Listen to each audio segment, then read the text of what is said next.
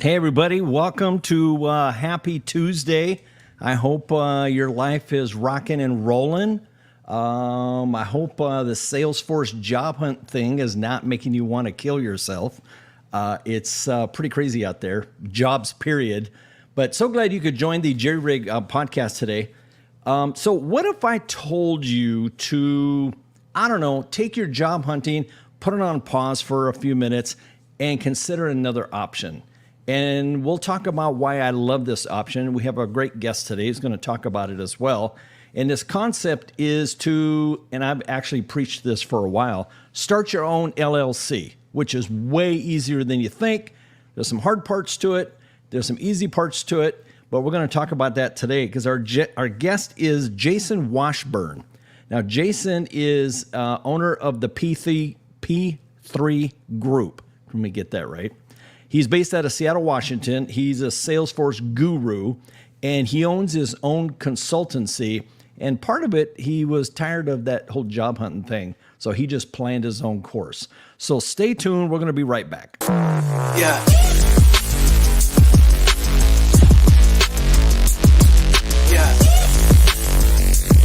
This is the Jerry Rigged Podcast, your no-nonsense knowledge base for business technology, marketing, and analytics.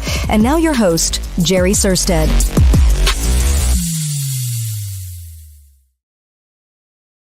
Welcome back to the Jerry Rig Podcast. This is business marketing at its best. We're going to provide you, and this is kind of what we do on every podcast, is actionable insights and strategies to keep and elevate your business. And how to start a business sometimes is what we can talk about, or what we talk about. I'm the owner and founder of a company called Sumo Lab, Total Business Marketing. And today we're going to be diving into Salesforce professionals and how you can possibly continue looking for a job and at the same time run your own consultancy and then maybe make that transition or not. So today I'm excited to introduce a gentleman from Seattle. His name is Jason Washburn. He's the owner of the P3 Group, a successful Salesforce consultancy. And Jason has got a ton of experience in the Salesforce ecosystem and a very unique perspective on transforming from job seeker to business owner. Hey, Jason, how's it going? Hey, Jerry. Thanks for being here. So, Jason, you live in Seattle as well, correct? That's true. Yeah, just live in the south town. Yes. Closer to Tacoma than Seattle. Know the area, but yeah, close enough for government work. Oh, okay. So you're not right. That's right. You're in Renton? No. Bonnie Lake is actually the Bonnie Lake home base. Right. If you draw a straight line between Tacoma, the shipyard of Tacoma, and Mount Rainier, we're halfway in between. Right. So I'm born and raised in Tacoma, Washington. So that's my old stomping grounds. I live in Chandler, Arizona now, where it doesn't rain quite as much.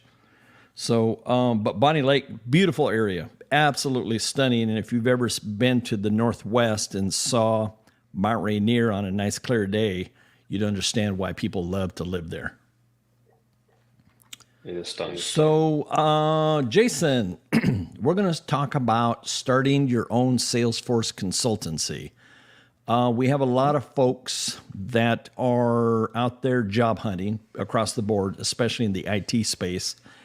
And our Salesforce ecosystem has been hammered over the past year or two. And there's a lot of, especially admins, lots of people went out and got their admin certs. And now they're out there pounding the pavement. Of course, experience is always, a nice thing to have that real world, real life experience. But as some of you folks out there have reached job interview number 100 or job resume 100, 200, 300. I've heard of people that have actually pumped out like 1,000 resumes and applications.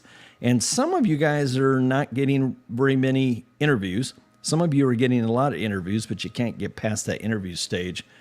What we're going to talk about today is kind of another way, kind of an option that will allow you to have some flexibility And potentially, if you started your own consultancy, you might pick up a couple of clients and you might not need a job.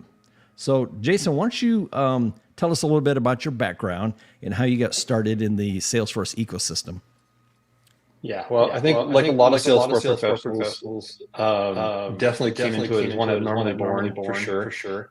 I started out in my professional life. I was a high school chemistry and physics teacher. So my BA is in chemistry, got a minor in physics, and now I'm a Salesforce professional. So yeah, it does make a ton of sense. But in 2008, I left the classroom, taught for a number of years, and started working in online education, which was in the K-12 space. That was kind of bleeding edge in 2007, 2008. And they were using this tool called Salesforce. And they said to me, well, it's an online database that you can do pretty much anything with. You don't have to be a full stack developer. And I said, interesting. So I started asking too many questions. Before I knew it, I was sucked into the ecosystem. So flash forward about 14 years. It's early 2020. And I was working for a Salesforce Consultancy, had been in the industry for almost 14 years at that point. And literally on my wife's birthday of all days, April of 2020, I had PTO. My phones started blowing up. And sure enough, my senior partner at the consultancy, he said, "Hey, by the way, this pandemic thing's going to get serious. We're going to furlough 10% of the company today. 315 people or something like that. And you're one of them. So your last paycheck, today's Tuesday. Your last paycheck is Friday. Really appreciate that. Thanks so much. Good luck." So that was my introduction to independency.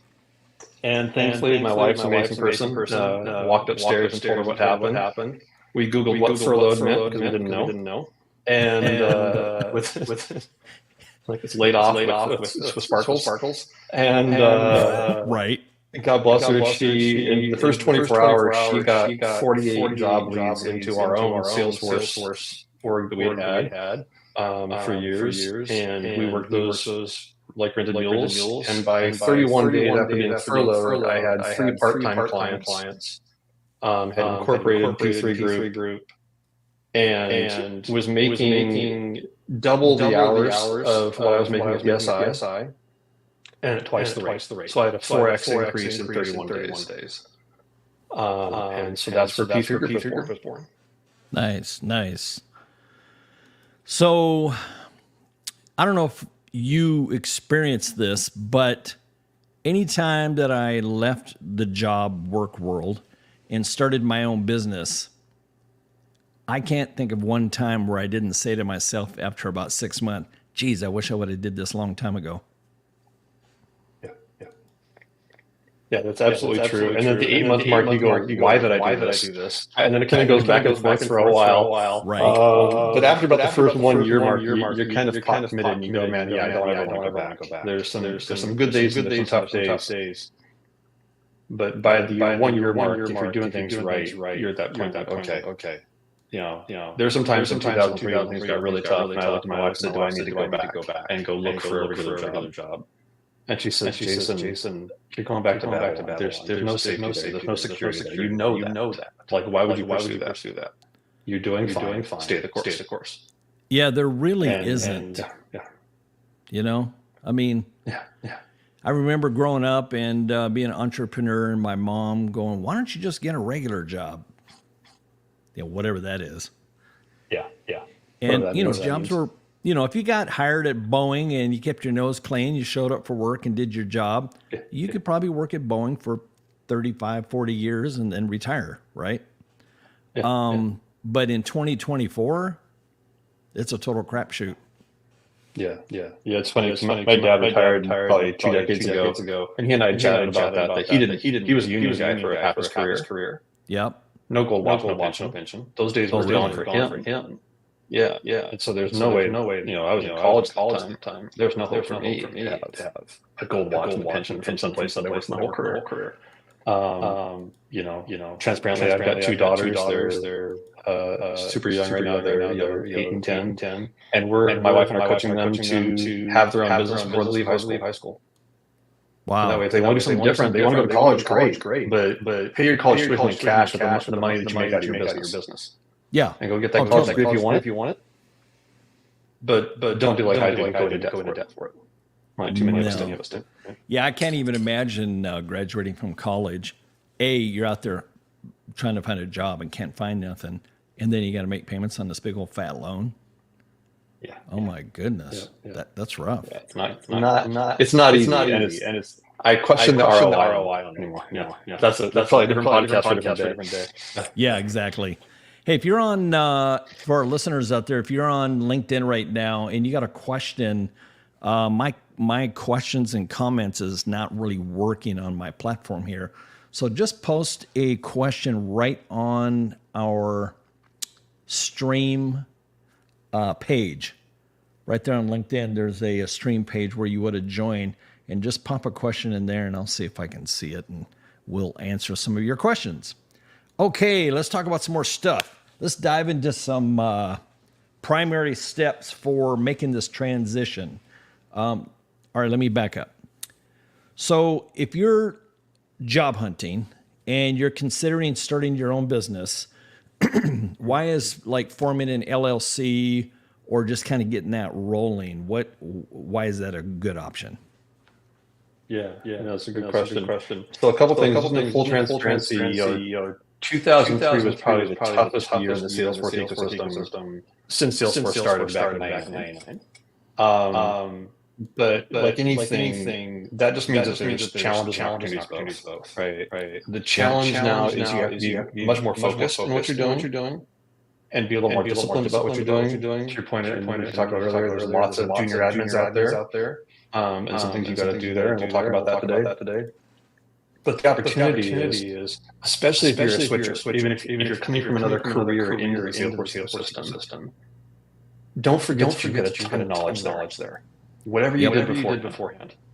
Even me as a former high school teacher, the training and the ability to teach people new skills and structure that has been a blessing to me, and has been a blessing to my clients. Right. So don't forget whatever you did before this and bring that down. That makes a really good opportunity.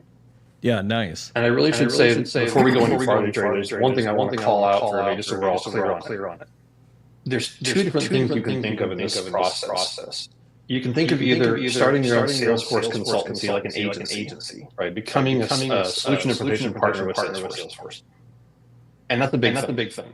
And the other thing we can talk about, and I think really one thing we'll focus on today is how do you start an independent Salesforce consulting business?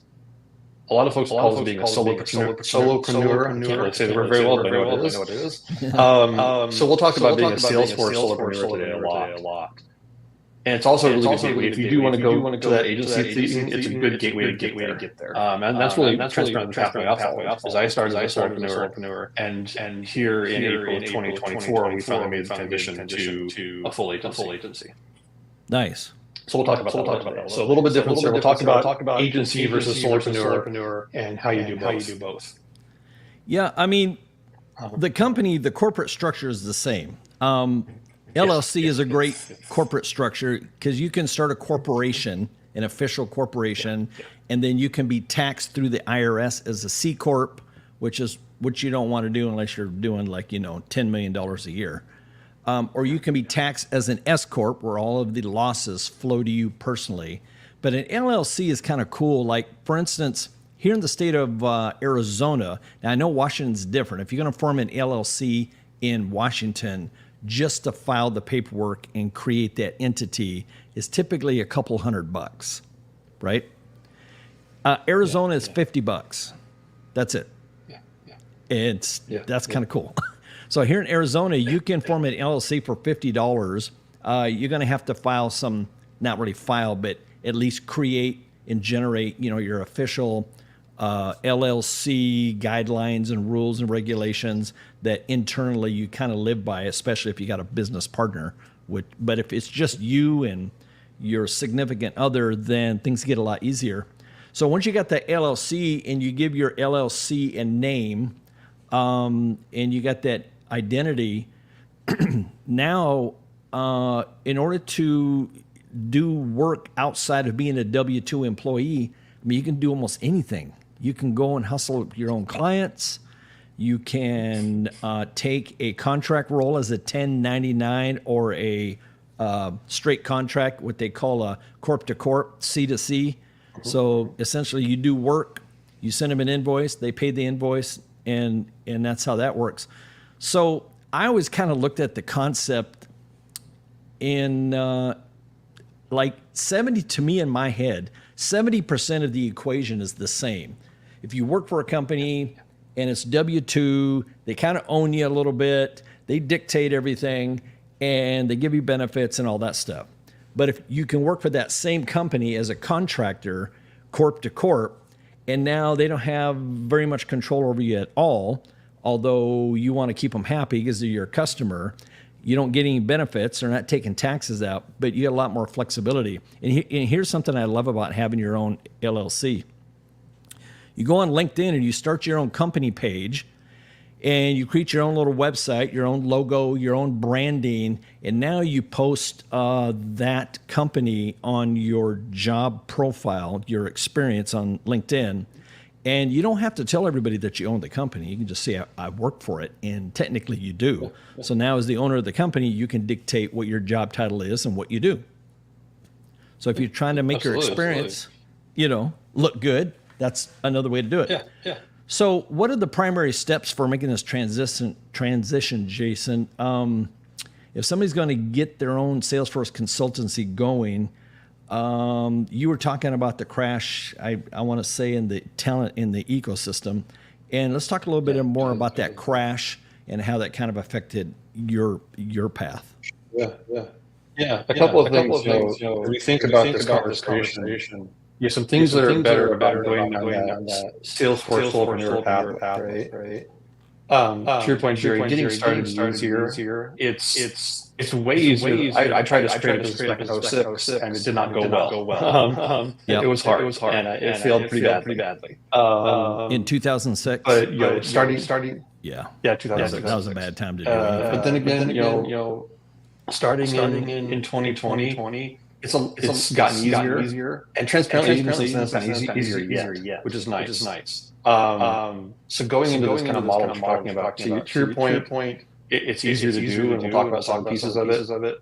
One of the benefits of being a solopreneur as opposed to being a W-2 employee, or even starting your own agency and trying to get, you actually do more Salesforce hands-on keyboard work. Right. As I'm trying to grow P3 Group into a full agency, there are a lot of days I just log into an org and log into our org and do business. I'm actually doing the work that I love doing, which is building Salesforce orgs.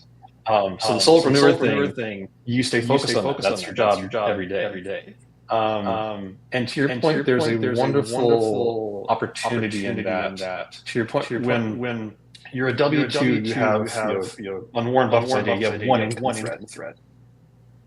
And there's risk there. And we don't talk a lot, right? We talk about a lot. I'm going to work W-2, I'm going to work my whole career. To your point, if I do a good job, my boss is going to reward me. I'm going to give me a 9% per year increase. Right. And I won't lose my job. Right. We won't get into it today, but I don't think that world exists anymore. And I think post-pandemic, we've probably proved it. I think we're all feeling it. So there's a fantastic book I'd encourage anybody to read. It changed my life. I read it back in like I want to say like 2005, 2010, somewhere around there. But it's a book by a gentleman named Nassim Nicholas Taleb. The book's called Anti-Fragile. Things that get you from disorder. I won't go into a full book review. It's a fantastic book. But the idea that he has around optionality is life changing for me. The idea that, okay, if I'm running my own LLC and I can take a full-time job, right, corp to corp, I can take a contract job that is 6 months long and they want me for 40 hours a week. Yep. Great. I can take two part-time jobs. Yep. Corp to corp. one's 20 hours a week, one's 18 hours a week, and one is 22 hours a week. Fantastic. I'm still at 40. I'm great. And that if that situation goes bad, because it happens sometimes if you're doing this thing, the client pulls back and says, "I'm not going any farther." Or the SI does something nefarious, and they go, "Hey, we're gonna take this to somebody else, or take it offshore if it's cheaper, or something like that." Million things happen. You still have another income stream left. Hey, Jason. Right. If you're W-2 and that company goes belly up, you have no income stream. Hey, Jason. And you will usually get maybe 2 weeks notice. Hey, are you logged into the feed on LinkedIn? Are you logged into the live feed? No, I'm not. Okay, because some of the users are saying you're getting feedback that is creating an echo. And typically it's because you're also on LinkedIn watching the actual presentation. You've joined the meeting. So if you disconnect from that, usually that'll get rid of it. Yeah, not that I know of, but a little browser here. Yeah, just make sure you don't have any browsers open because what happens is the feed is generating audio, and then it's going back through your computer and through your headphones. I'll just shut it down. It's not this.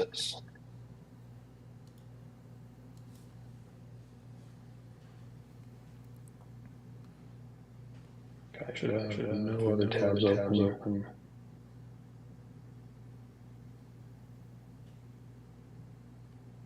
No. Still good. One thing you folks should, actually I can't tell on my end because I'm only listening to us through our platform, our streaming platform. Okay. So those who are listening live are the ones that are gonna hear it. I used to have the same problem. In order to make sure we were actually broadcasting, I would open up the actual feed and I would join the meeting on my computer, and then it was like causing, feedback circles. So folks, another thing to log back out and log in. Yeah, once you try doing that, log out, log back in, and then I'll bring you back in. And then what I'm going to talk about too is, folks, we're not saying that just because you formed an LLC, you should quit your job. Do both. I spent 5 years one time at a job, and I owned an LLC in a company at the same time. And if there were side projects that came in, I would do that on the weekend. So, it's not an either or thing. They're not mutually exclusive. You can own an LLC, own your own consultancy, take, a project that comes through, it's only 5 hours a week. And while you're doing a full-time job, that's assuming that your job doesn't have an issue with it. Obviously, if you got a really good paying job and it's a great company to work for, you want to prioritize that. But these days with people getting laid off, people getting fired, it's nice to have that backup. If you're not working a W-2 job, what you could do is with your own LLC is you can essentially, like Jason was talking about, you could have 3 clients and all 3 clients are giving you 5 to 10 hours a week. And now one client, decides not to work with you anymore. You still got 2 other clients, so you're not completely destitute. Or in a job, when they lay you off, you're done. That's it. They might give you 2 weeks of severance if they're really nice. And then you can always jump on unemployment, which is usually about 1/10 of what you typically make. So, if any of you guys out there, Jason's going to talk here. If you still hear an echo, let us know. Otherwise, if he's sounding good, let us know as well. That'd be cool. Okay. LLC, not that hard to set up. You can do it. Give it a name. Don't use LLC in your branding. That's a marketing boo-boo. You don't want to do that. If your LLC is called ABC LLC, you don't want to brand yourself as ABC LLC. You want to brand yourself as ABC. And keep in mind that whatever you call your LLC, you can come up with a doing business as name, anything. You could be ABC LLC doing business as Bob's Salesforce Consultancy. So that's something to keep in mind. Yeah, and you can change that as it goes along too. Yeah, and you can add. People don't realize this. When you have a corporation or LLC, it does business, and it can do business. You could have 10, 15, 20 DBAs doing business as, Bob's landscaping service, Bob's snow cone business, Bob's Salesforce Consultancy. And you can give them all different names. So you get a ton of flexibility. So this old adage about, and I heard a politician say this a few years ago, a corporation is actually, it's its own person, which I kind of sort of disagree at a certain level, but we'll just go with it. That's the legal basis for a corporation or an LLC. It's its own entity. So you might own it and not work for the LLC as an employee. You might own it and work for it. So whenever you are, like, for instance, let's say you're in a job interview and they want to know you got experience. Well, I own a company called Sumo Lab. It's a marketing agency. I've had job interviews, in the past year for a job that came along, and they asked me, like, how long have you worked for Sumo Lab? Oh, like a year and a half. And so what do you do for them? Oh, I'm a marketing manager and this and this and that. Never once did I bring up that I owned it, and never once did they ask. So, don't ask, don't tell. That's sometimes better too, in the fact that I've had people get squirrely where they say, "Oh, you started your own business." Like, yeah, I had to. Sun Tzu's concept of death ground is either that or try and find a way to feed my family. So didn't have a lot of options. Yeah. Yeah, I'm still getting as well. If you're trying to feed your family, there's a part of me that kind of says anything goes. Feeding your wife and kids. Exactly. Or if you're a single mom and you got to feed the kids, do what you got to do. Yeah. Say what you got to say. Yeah. Maneuver how you got to maneuver to make that happen. That doesn't hurt my feelings at all. So somebody was asking, what level of knowledge do you need to begin freelancing? Can you accept a job and figure out how to complete tasks as you go? I'm interested in freelancing as a business, and the yard guys are out here with a leaf blower blowing crazy loud. So if you hear that, of course. Anyway, so what do you think? I think it's a great question. A couple of things. Number one, when I first incorporated, it was tough. More difficult than it is now. You can go wherever state you live in. You go to the Secretary of State usually, and they've got website tools to manage it. There's actually companies now that help you get those LLCs started and managed. So Taylor Brands, Zen Business are both websites that go, hey, type in your ideas, pay the fee, and not only will they help you create that LLC, but also maintain it and update all the paperwork with the state, which is huge. That's a huge blessing. The second big thing, I can't say this seriously enough. Create a separate checking and savings account for your business. Go to whatever bank you use. I went to the bank I've been with for 25 years as just a consumer. Opened a business account with them. P3 Group's cash flow is separate from Jason Washburn's cash flow, and it needs to be that way. And it's pretty much required. You have to. You don't have a choice. Because otherwise, at the end of the year, you will get audited by the IRS if you don't. Oh, and you will be screwed. It's not fun. Yeah, it is not fun. On that, everything has to stay separate, especially with the LLC. Yeah, everything has to be separate. Yeah. Separate business. It's its own entity. You can own it and work for it. You can just own it and have other people working for it. But it's a completely separate entity from you, your life, and your family. Yep. Absolutely. Completely agree. And the third thing I would say with that too, especially if you're looking at your own freelancing business, like the person asked, do yourself a favor. Go to Gusto or whoever you're using for your financial management and set yourself up as a W-2 employee of your own corporation. Right. So the LLC is there. If you use something like Gusto, it's like $60 a month or something like that. Yeah, what is Gusto? For you to run payroll for yourself. And that's what And Gusto does. Yep. Gusto is basically HR payroll management. So the way we've got it set up, and it works fantastically. P3 group takes in revenue. Every two weeks, P3 group uses Gusto to run a payroll for Jason Washburn. Taxes are deducted. It makes April in the United States much easier. Tax time for the United States.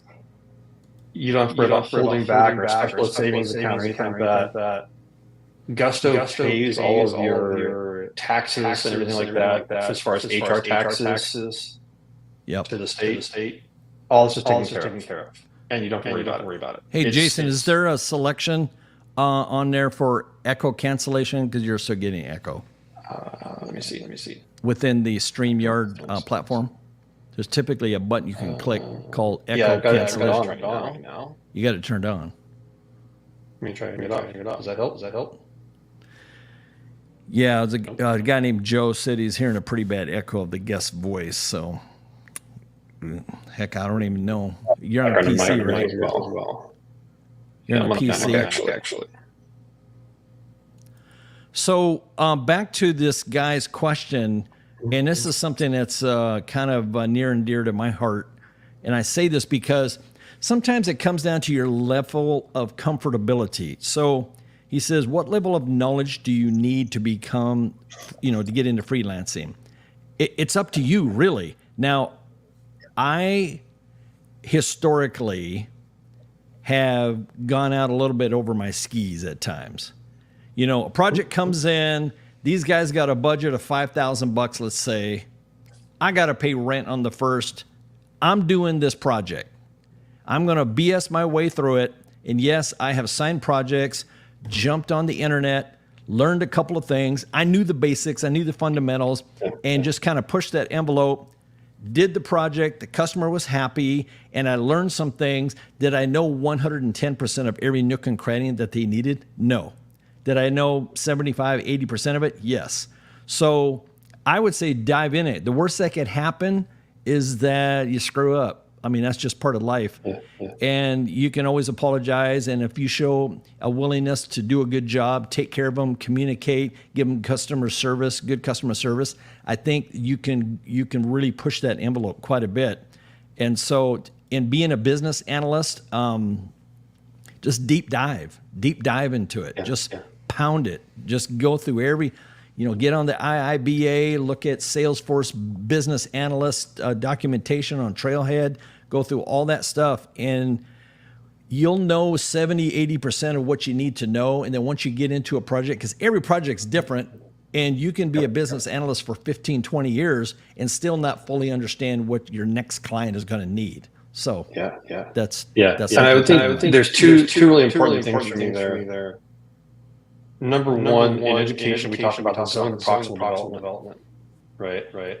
It's just enough of a challenge that it pushes you forward, but not so much of a challenge you fall flat on your face and quit. So in that space, if you're accepting an offer or you're looking at a role, look for that ZP, what they call ZPD, right? You're looking for I may not know everything, but I know enough to bring value. And I will learn the rest. Right. And then your issue might be your earbuds. Somebody was saying might be your earbuds. Try taking one out, maybe. Desktop. Yeah, just try the desktop and see what happens.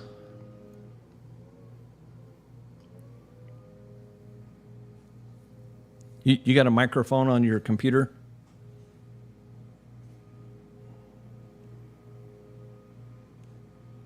Yeah, now I can't hear you. Sorry, folks, for the technical difficulty. Okay. All right. Let's see if that works, and try not to have your speakers up too loud. So this next guy says, how do you bill out discovery? I've lost time not billing to be able to quote companies to be able to understand the project and accurately quote. Now, I will say, at least on my side, and Jason will probably be able to weigh in here, I don't, that first meeting, kind of understanding who they are, what they need and all that, I don't bill for that. I don't think you can bill for it, but I don't know. I guess if you're dealing with a big company and you send them a contract and they sign the contract first, but I can't imagine anybody's going to sign a contract before discovery. What do you think, Jason? There's a couple different ways. So I think there are certain parts that are part of the sales discovery process that you should understand the problem they're trying to solve. Right. What problem they're trying to solve? I solve it for them. That kind of match part of it. Totally fine. Do that through the sales process. It shouldn't take a ton of time. And I would say you don't bill for that. But in software development, I'm used to using what I call the spaghetti on the wall model. I've both as a W-2 employee or as a I've walked in with business stakeholders, and they start explaining their problem to me in 15 minutes, and they go, "Well, fantastic, Jason. How long do you get this question?" Right. And you're like 15 minutes in. And so I literally told them, "You have spaghetti on a wall." And they look at me with a confused look, and I said, "I could have a handful of spaghetti on this desk right now. Grab a handful, throw it against that wall over there, and count the strands that stuck. And that would be as accurate as I can right now." Yes. Well, you have that initial conversation. I think is important. Okay. Paid discoveries are valuable, and they're worth something to the business. Yes. And it's not wrong to say we're going to sign. We know this is going to be a good fit. We've signed a contract, and now let's understand what you need to have built, especially as a sales professional. That will take time. Right. And paid discoveries, we've done multiple paid discoveries, 6 to 8 weeks, where the product is the discovery and the user stories and acceptance criteria and that stuff. Yes. And that's okay. So there's kind of that sales discovery to sell them on working with you, right? Yep. Getting their budget, what are their needs? Generally speaking, are they doing a migration from HubSpot to Pardot or, whatever the case may be? And then once you've kind of sold them on that and gave them a quote and they said, hey, that quote works good. That timeline looks good. You guys pretty much incorporated everything that we need. And then you signed the contract. Now you get into like this real hardcore discovery where you're going to find out like all the nuts and bolts. And now you're going to play business analyst a little bit and get some requirements for the users and the stakeholders. So I guess I'm assuming that you're talking about the pre-contract discovery, which I don't bill for. But once you sign a contract, any discovery after that, you're billing hourly or it's part of the fixed price. And I will say too, especially in the Salesforce ecosystem, one thing you have to watch out for is people will want you to do a project. And they'll say, hey, do this product to prove to us that you know what you're doing. Right. And then they literally, I've seen multiple times where the clients have taken that work product. It has inherent value to the person that's asking about business analyst. Business analyst is a skill set. It is a value to a business. It is not innate.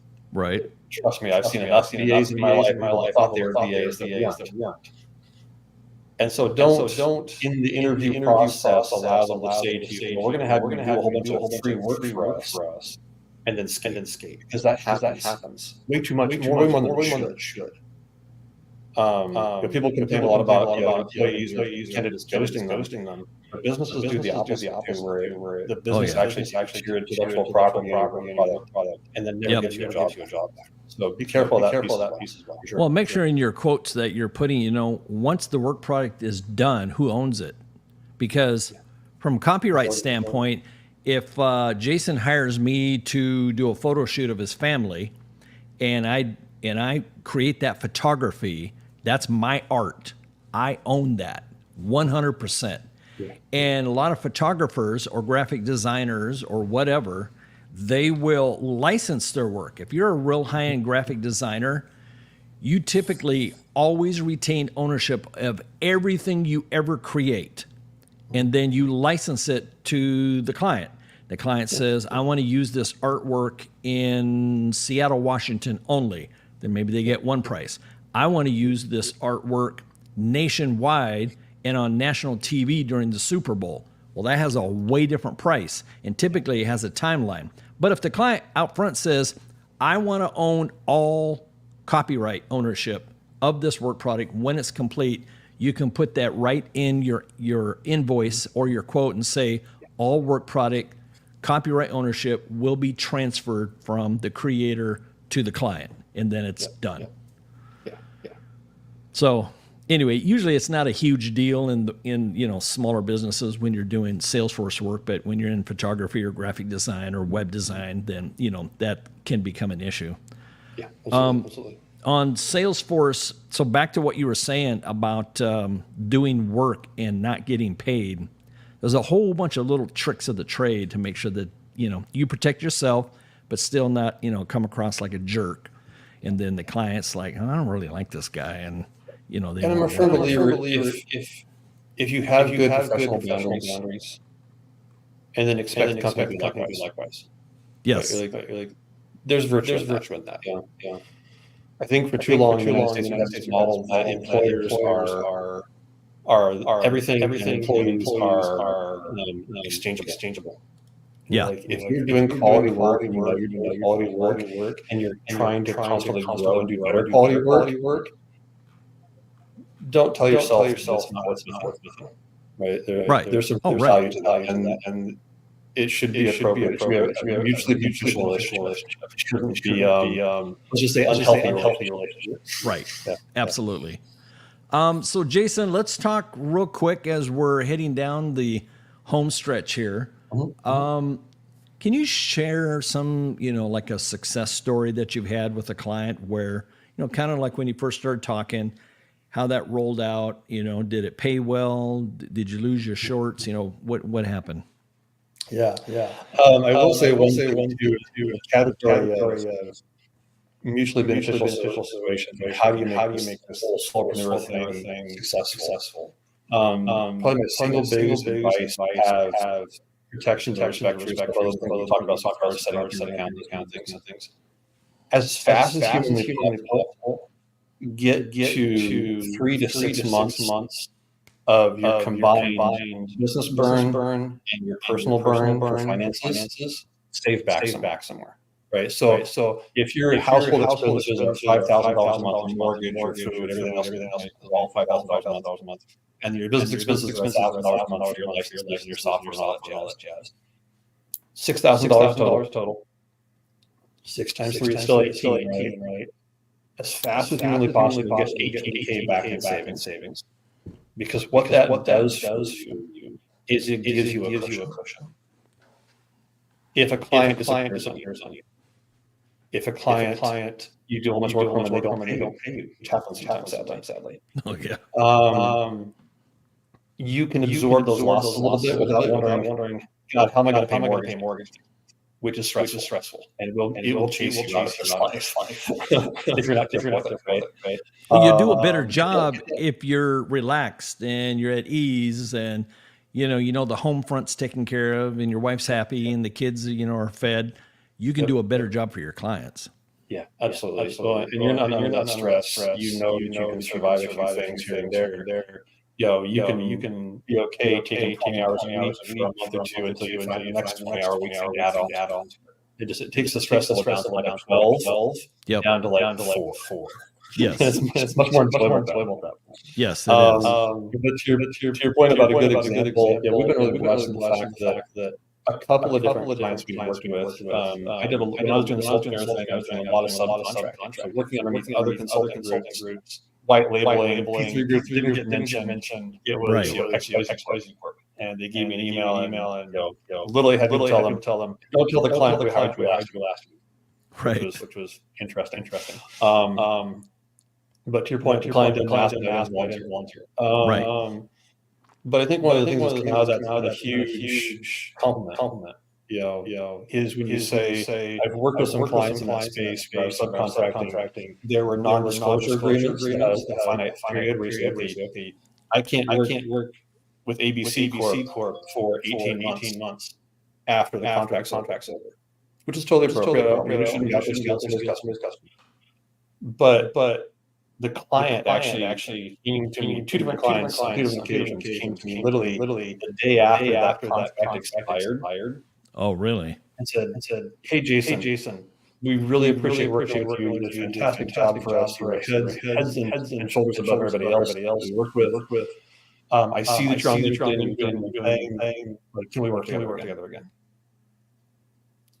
To me, that's about as high a professional praise as you get. When the clients find you and say, hey, I couldn't until yesterday talk to you, but now I want to talk to you today.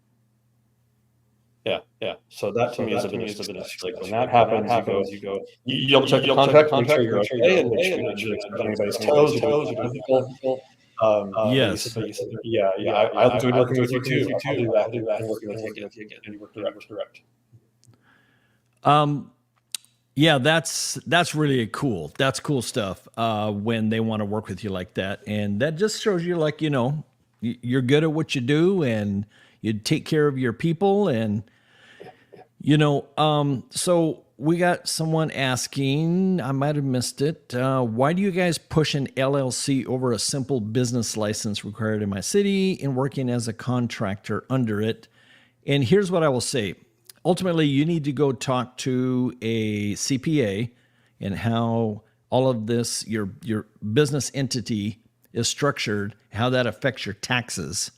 And then you need to talk to an attorney to see how your business structure affects your liability.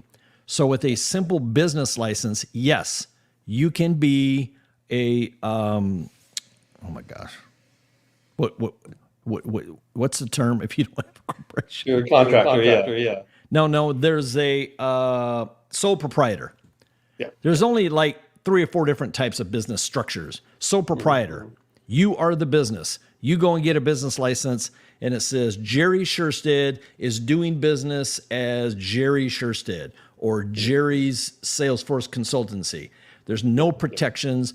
All the plus all the gains and all the liabilities of the business lands on you personally. So if you have a house and you have some money in the bank and one of your customers sues you, they're going to take what you own, you and your family own.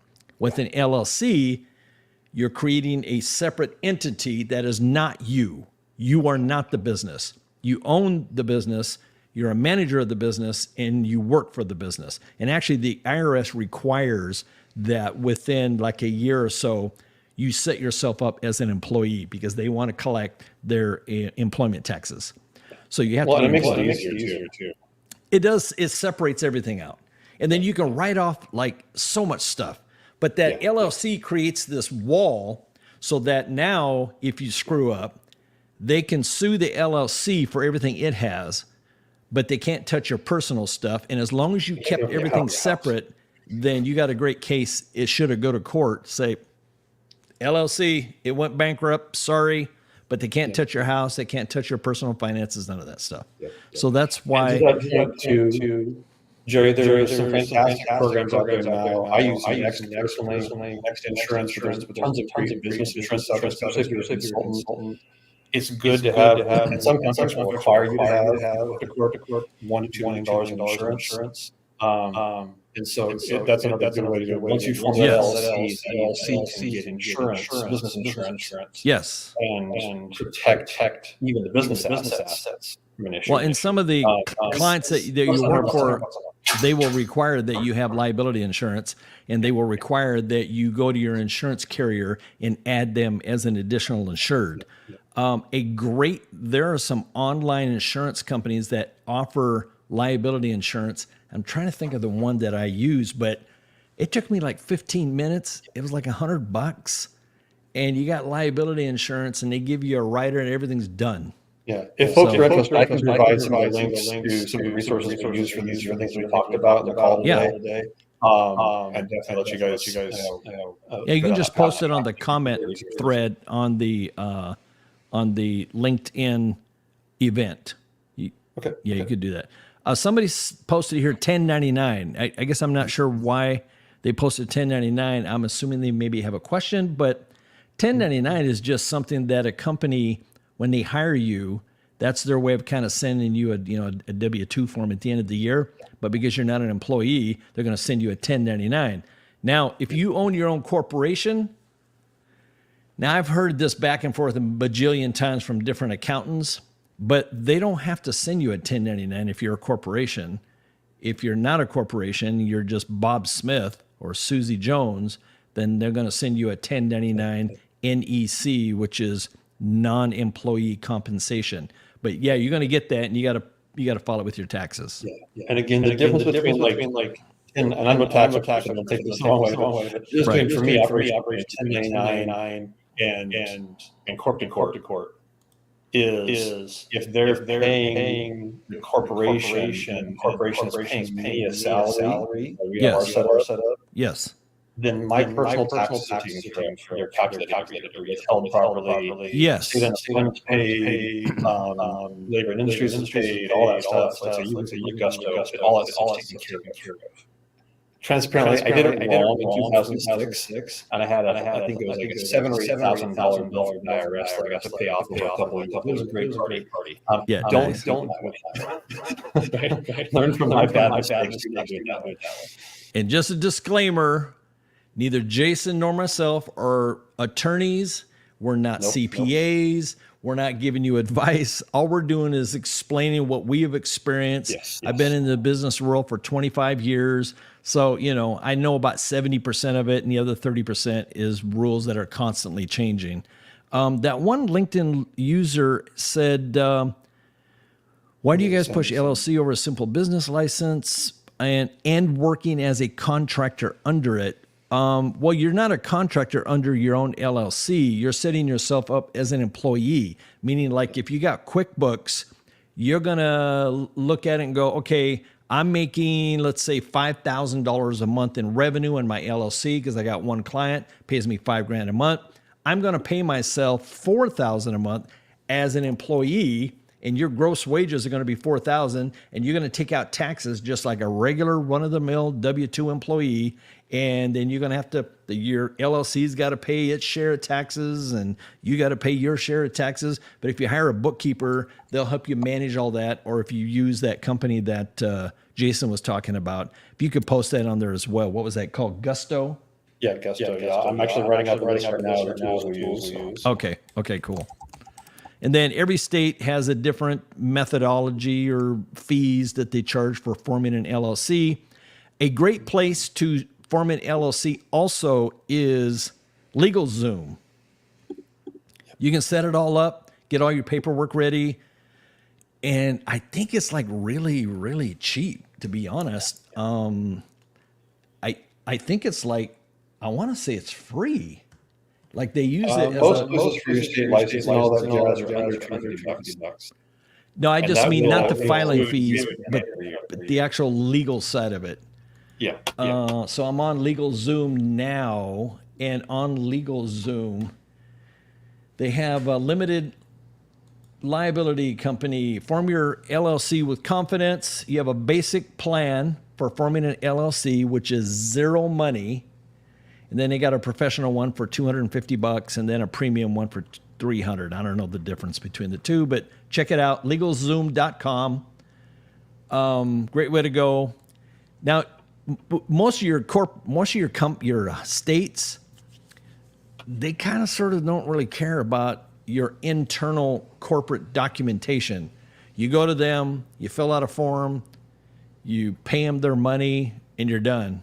And as far as the state's concerned, you have an LLC. Now, Washington, just because I'm from there, you also have to set up a business license, which is tied in with the Washington State Department of Revenue, because they want to make sure that they get their B&O taxes. Yes. And things like unemployment insurance and things like that as well also get tied into that. So, you know what I learned, Jason? Washington State is one of only about 4 or 5 states in the United States that charge businesses a B&O tax. Now, they don't have an income tax. Now, Arizona does not charge B&O taxes, business and occupation taxes, but they do have a corporate income tax.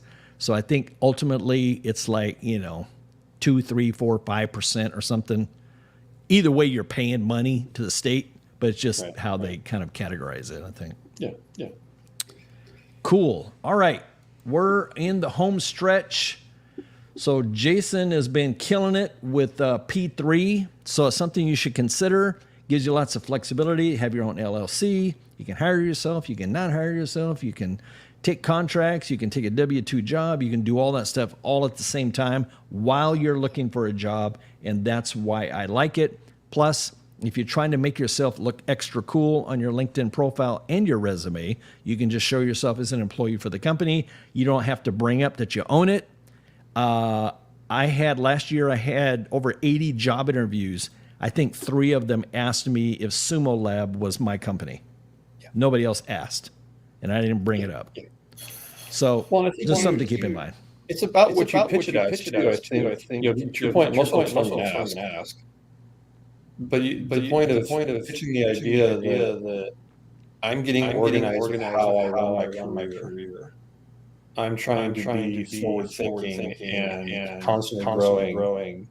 I think those are good things. And even if you're applying for a W-2 role and you're with the full intention of saying, I'm going to put my LLC on the side for however long I'm at this company. There's nothing wrong with that. You think about it as a value. Customer is a value. If you think of it as a detriment, so it depends on how you feel about it and how you project that in your interview. But it's like, I'm constantly growing. I've got different ways of doing this business. You want to engage that way. You engage that way. One of the things One of the things with Gusto is it also opens you up to the ability to give yourself insurance and a 401k, which to me is kind of that last little piece of the difference between the W-2 world and this world is kind of health insurance for my family. Right? Yeah, and of course. In the United States, it's kind of tied together, right? So I think if you're in that space, you're already giving yourself insurance, and you go to negotiate a contract. I can fully unencumbered. I don't need your guys' insurance. I don't. I got my own 401k going. That's great. It actually reduces your overall cost or encumbrance to that business, and actually makes you more attractive or gets you a better salary, depending on how you negotiate. So I think. So look on my profile here. There's my LinkedIn profile. If you go down to experience, remember, folks, this section is called experience. It's not called a chronological list of every job you ever had. It's called experience. You can get experience working for your dad. You can get experience volunteering. You can get experience. I always encourage people over here underneath the title in the company. If you're volunteering for someone in the Salesforce and doing some Salesforce work, don't put volunteer. Don't water down your experience. If you were a admin for a local food bank and you're volunteering your time, just put, I was a Salesforce admin for blah, blah, blah. End of discussion. You notice here, Sumo Lab. Yes, I own Sumo Lab. That is my company. But I just got marketing manager. That's it. I don't have proprietor, president, CEO, founder, none of that stuff. So all of my experience could be a company I own, could be a company I worked for, could be a contract that I had.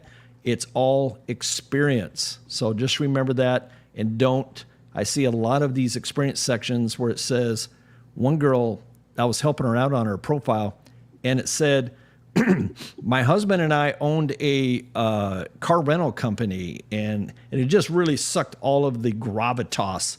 And I said, well, who was managing the CRM? Well, I was. Who implemented the CRM? Well, I did. Okay, you're a CRM manager. End of discussion. Nobody has to know that you owned the business. Nobody has to know that you and your husband started it. None of that is relevant to experience. Yeah. So something to keep in mind. Anything else you want to add here, Jason, before we head out?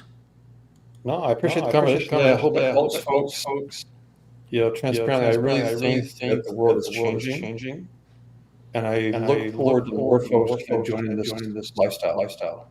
I've seen a lot of things in the last 5 years, really focusing not so much on climbing corporate ladders, but just being financially successful and enjoying their life. And I think this is a great pathway to do that. I mean, I'm living proof. We have videos. My youngest daughter and I was living my corporate life, and literally commuting 3 hours a day. And she was about to. and she's laying on the front of the floor waiting for me home. Wow. Or a video that my wife sent with my youngest. She was sick one day, and she was crying because I was at work. This wall, see people. This is my home office. I work from home every day. I get to make lunch for my family on my lunch break. Food's better. The coworkers are better. And now that I've got growing our team, I got to choose fantastic gentlemen that I work with now. And hearts from the best every day. So it's a worthwhile endeavor. It gives you a way to get life back. Not beholden to just one company that's trying to say, oh no, you come back to the office. Time waste $1 million. It's really rough choices. I have kids there, buddy.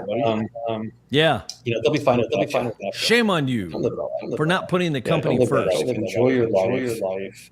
Be good at what you do. Do good work. And this is a great pathway to get there. There you go. Well, thank you, Jason.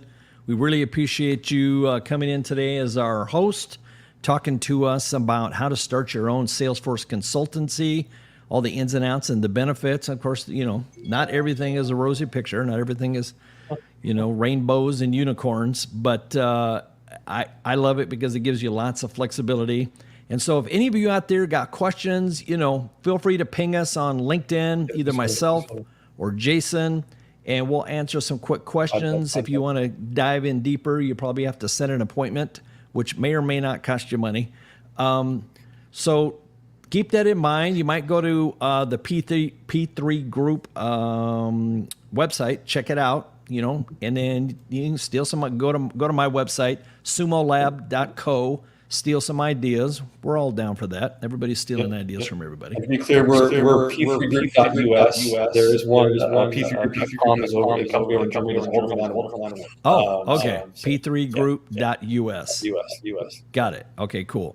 Well, thanks a lot, everybody, for hanging out with us. We'll have some more podcasts coming up here 1 week from today.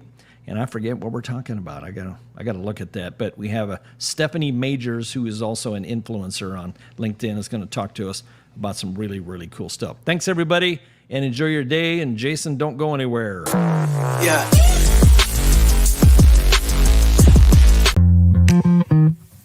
The Jerry Rigged Podcast. Don't forget to subscribe on Apple, Spotify, or Google. Business technology for CEOs, managers, and business owners. We're here to deliver insights and strategies without the fluff. This is the Jerry Rigged Podcast.